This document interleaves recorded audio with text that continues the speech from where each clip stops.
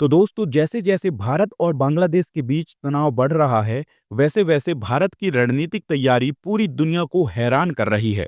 और अब मुद्दा इस लेवल पर पहुंच चुका है कि बांग्लादेश जिस चीन को अपना समर्थक मानता था, उसी चीन की नाक के नीचे भारत ने दम कर दिया है। क्योंकि हाल ही में भारत ने चाइना की बिल्कुल नाक के नीचे एक ऐसा रणनीतिक कदम उठा लिया है जिसकी उम्मीद शायद बीजिंग ने भी नहीं की थी। दरअसल बीते कई हफ्तों से चीन पूरी कोशिश कर रहा था कि भारत कोई बड़ा समुद्री मिसाइल परीक्षण ना कर सके। इसी वजह से उसने अपने जासूसी जहाज मालदीव से लेकर श्रीलंका के समुद्री इलाकों तक तैनात कर दिए थे। मकसद साफ था, भारत की हर गतिविधि पर 24 घंटे तक नजर रखना और सही समय पर दबाव बनाना। लेकिन भारत ने इस बार वह किया जिसकी आदत अब दुनिया को धीरे धीरे पड़ती जा रही है। बिना किसी शोर शराबे के और बिना किसी पूर्व सूचना के बीती रात अचानक बंगाल की खाड़ी में ऐसा परीक्षण हुआ जिसने न सिर्फ चीन बल्कि भारत विरोधी तमाम देशों की नींद उड़ाकर रख दी। अब हालात ऐसे बन चुके हैं कि कई देश ये सोचने पर मजबूर हो गए हैं कि भारत की समुद्री ताकत आखिर किस स्तर तक पहुंच चुकी है। खासकर बांग्लादेश, जो भारत को अब तक गीदड़ भभकी दे रहा था, उसके बगल में ही भारत ने परीक्षण किया है। तो एक पल के लिए पूरे बांग्लादेश में सन्नाटे का माहौल पसर गया है। पूरी अपडेट क्या है इस वीडियो में बताएंगे, लेकिन आगे बढ़ने से पहले इस वीडियो को एक लाइक करके चैनल को सब्सक्राइब जरूर कीजिएगा, क्योंकि ये आपके लिए तो सिर्फ 1 सेकंड का काम होता है, लेकिन इससे हमारी बहुत बड़ी मदद होती है।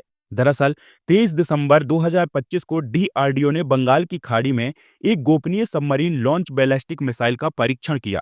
ये परीक्षण पूरी तरह से सीक्रेट रखा गया था और इसके लिए किसी तरह का कोई नोटम जारी नहीं किया गया। वजह साफ थी, पिछले बार जैसे ही नोटम निकला था, चीन ने तुरंत अपने स्पाइस टिप्स हिंद महासागर में उतार दिए थे और टेस्ट की जासूसी शुरू हो गई थी। इसी अनुभव से सबक लेते हुए इस बार डीआरडीओ यानी कि defence research and development organisation ने रणनीति बदली। कोई घोषणा नहीं, कोई संकेत नहीं, और अचानक से रात के अंधेरे में मिसाइल लॉन्च कर दी।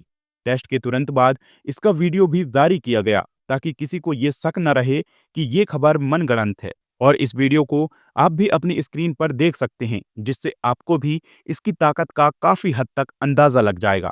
और इसी एक कदम ने चीन की सारी तैयारी और उसकी निगरानी सिस्टम को बेकार साबित कर दिया। बताया जा रहा है कि ये परीक्षण न्यूक्लियर कैपेबल के-4 मिसाइल या उसके नए संस्करण का हो सकता है। ये वही मिसाइल है जिसे अरिहंत क्लास की परमाणु पनडुब्बियों से लॉन्च करने के लिए डिजाइन किया गया है। यानी कि आईएएस अरिहंत और आईएएस अरिघात जैसी सबमरीनों की ताकत को कई गुना बढ़ाने वाला सिस्टम। ये टेस्ट भारत के समुद्री आधारित न्यूक्लियर ट्रायड को और मजबूत करता है, क्योंकि भारत के पास कुल 17 एक्टिव सबमरीन हैं, जिसमें से 15 तो डीजल इलेक्ट्रिकल सबमरीन हैं, और बाकी जिन दो सबमरीन का नाम हमने बताया, ये दोनों सबमरीन न्यूक्लियर कैपेबल हैं। दोस्तों, ये वही सबमरीन है जो भारत को न्यूक्लियर ट्रायड का पूरा दर्जा देती हैं। मतलब जमीन से, आसमान से और अब समुद्र के नीचे से भी भारत परमाणु हमला करने की क्षमता रखता है।